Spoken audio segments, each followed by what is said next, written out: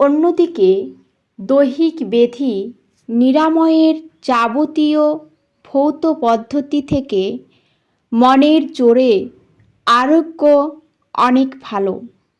কেননা ইচ্ছা, কল্পনা, বিশ্বাস এবং যুক্তি হল চেতনারই বিভিন্ন অবস্থা, যা প্রত্যক্ষ এবং সরাসরিভাবে ভেতর থেকে কাজ করে যায়।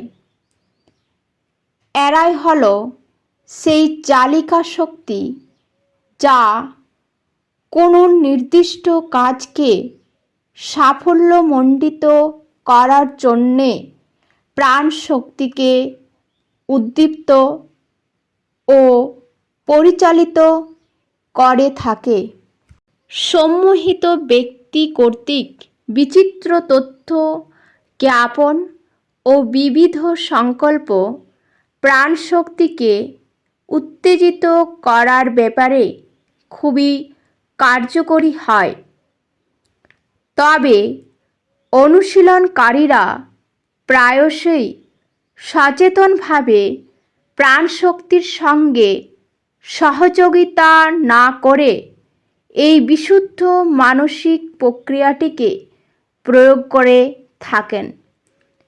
ফলে তারা শারীরবৃত্তীয় সংযোগ স্থাপনে ব্যর্থ হন এবং অভীষ্ট ফললাভ করতেও সবসময় সক্ষম হন না।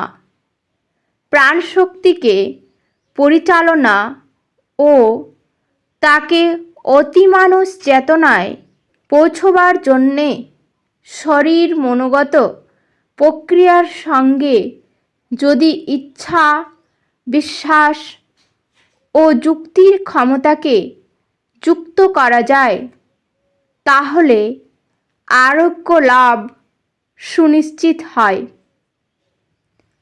এমনই একটা ব্রহ্মানন্দময় অবস্থায় মানুষ জড় ও আত্মার বিচ্ছিন্ন ঐক্যকে উপলব্ধি করে এবং অসঙ্গতিজনিত যাবতীয় সমস্যার সমাধান করতে সক্ষম হয়।